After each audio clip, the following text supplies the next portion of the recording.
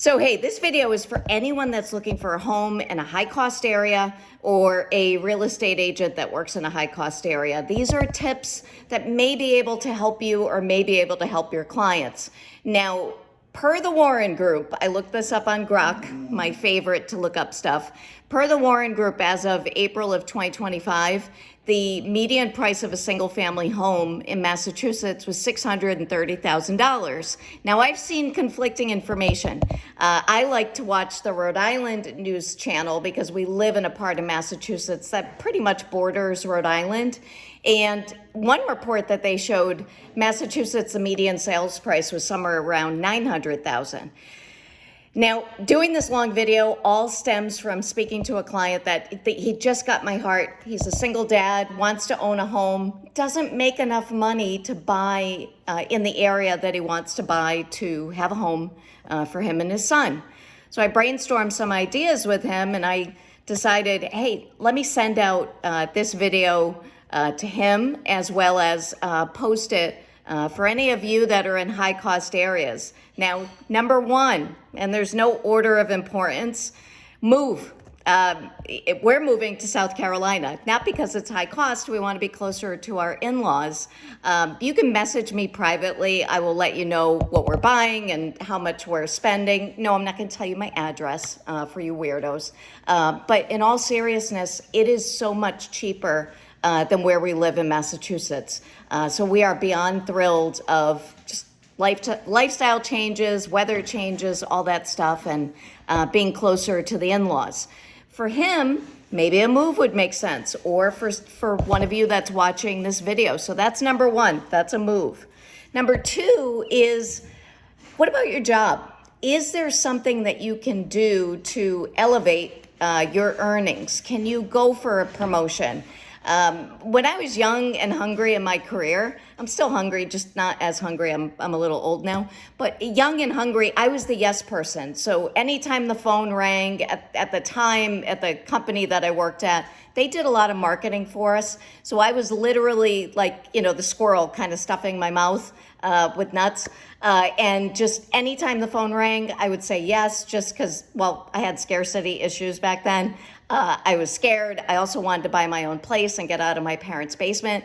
So can you become the yes person? Your manager needs someone to stay late. Say yes. You see someone that needs help. Say yes. Give them help. Now, you don't want to be a doormat, but your supervisor, a good supervisor, is going to notice that. Do they have on-the-job training? Do they have a way that you can work up the ladder?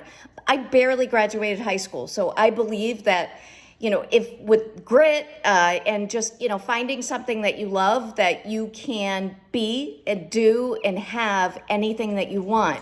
Sometimes your path is not going to be as straightforward as high school, college, graduate, job, marriage, blah, blah, blah, and all that stuff. Sometimes it might be that you get knocked down and your mortgage person says you can't afford a house.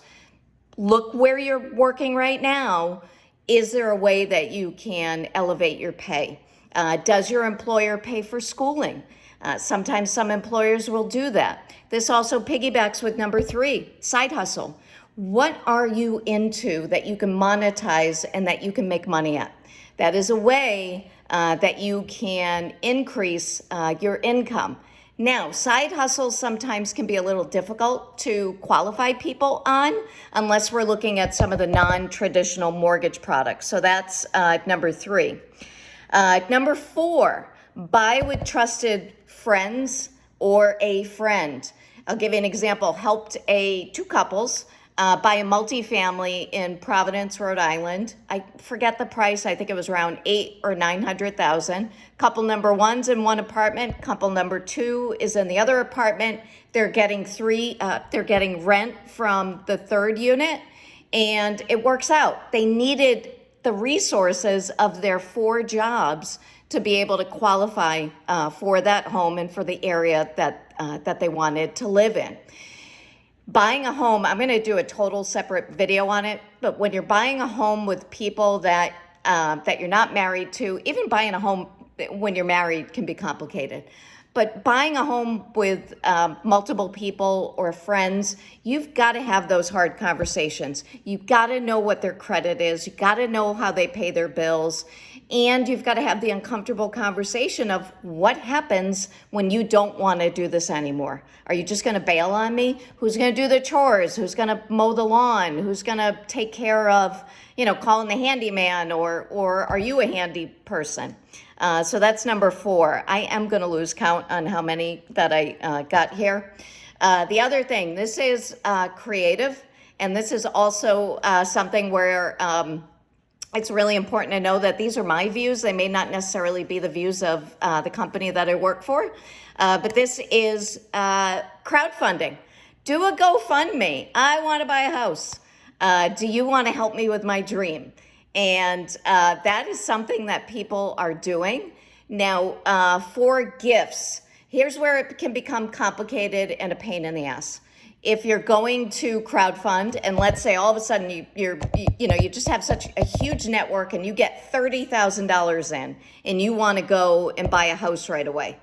Well, you're going to have a paper trail, meaning seeing like how did you get that money. It can get extremely complicated.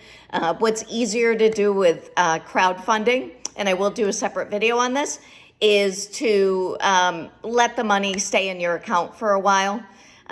So message me on this if crowdfunding is something that you're thinking of. Number 6 or 7. Told you, I lose track of numbers and stuff. Look at vacant land, and that is buildable. Many times vacant land that's buildable, you might be able to get a break on it, and you may be able to buy that for a small amount of money, and also do what's known as seller financing. What seller financing means is, hey, let's say that I've got a vacant piece of land.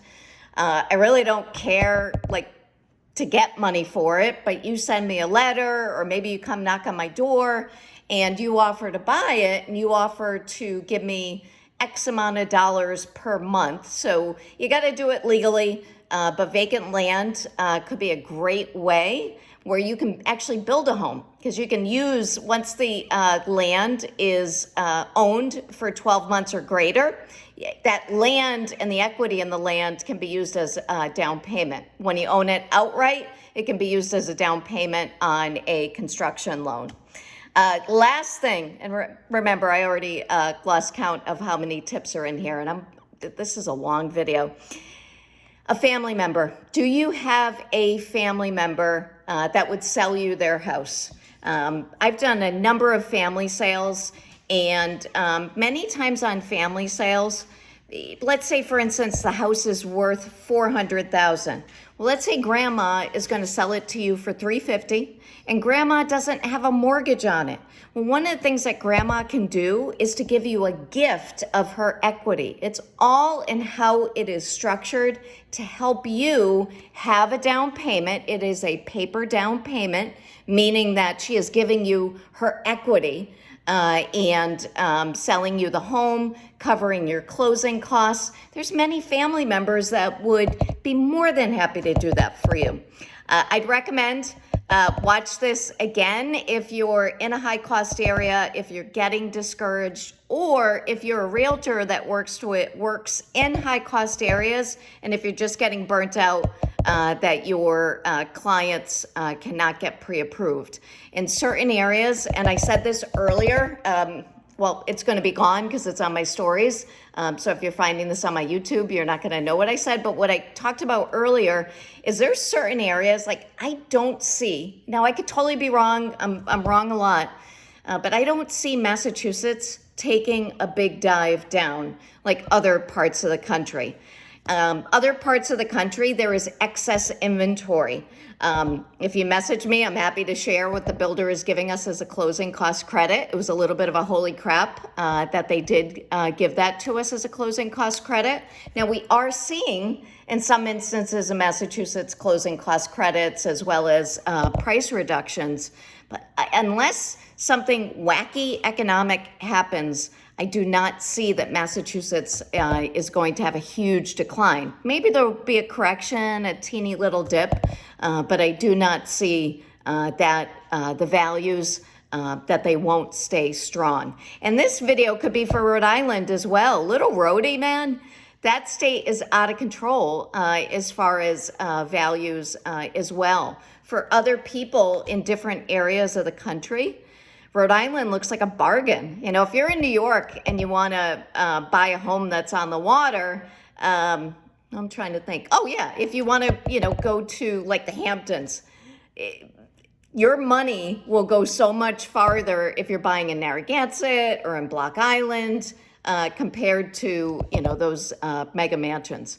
Anywho, long video. If you found me on YouTube, would love a subscribe, would love a share. Share this with anyone who's been discouraged about getting pre-approved for a home. Have them reach out. They'll get treated with dignity, and we'll give them a roadmap or ideas like this on how to buy a home. Thanks.